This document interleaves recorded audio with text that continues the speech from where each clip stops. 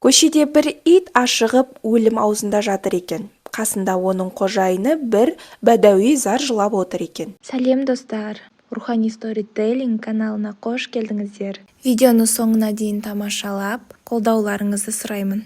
Досым-ау, досым, жалғыз досымнан айырылған соң қалай өмір сүрер екенмін?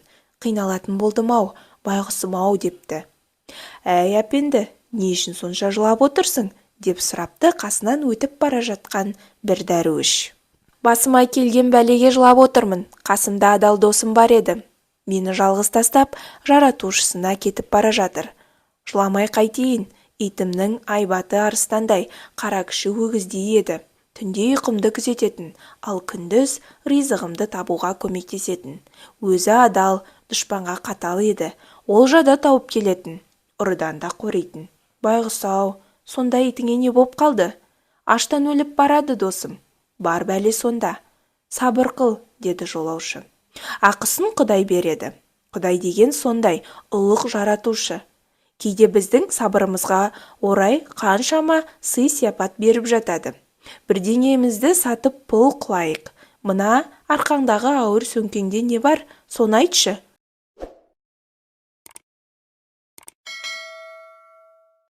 Онда нан, ет және кешегі кешкі астан қалған тамақтар бар.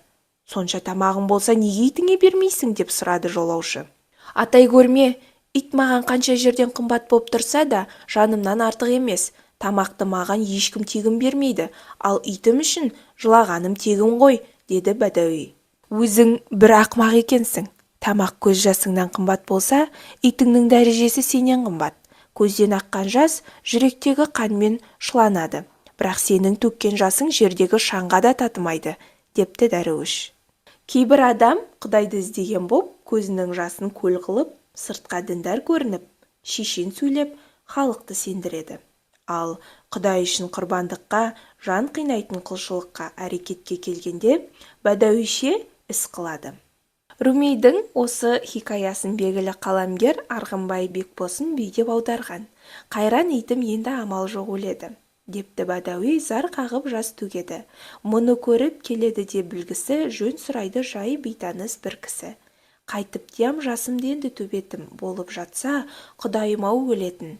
Аңға шықсам сергім еді ол итім, түні менен қора жайды қоритын. Бәдәуиден сұрады енді жүргінші. Ауырды ма, жай жапсырын білдірші. Ойбай-ау, ол-сау, тек аштықтан бұралып өлер болды-ау, деді иесі. Бұл анық. Сабыр қылғын, Құдай өзі береді. Қабын көріп бейтаныс, бұл не, деді. Қапта нан, ет, тағы басқа көрегім. Ол болмаса, өзімде аштан өлемін. Десең де сен 10 қайтара жарылымын. Берсең нетті, итке қабық қалдығын. Бере алмаймын мынау елден емгесіз, бір үзімнан таба алмайсыз теңдесіз. Ал ит үшін жастай амай жылайын, көздің жасын тегін берген Құдайын. Жүргінші енді төзбеді, ашу шақырды.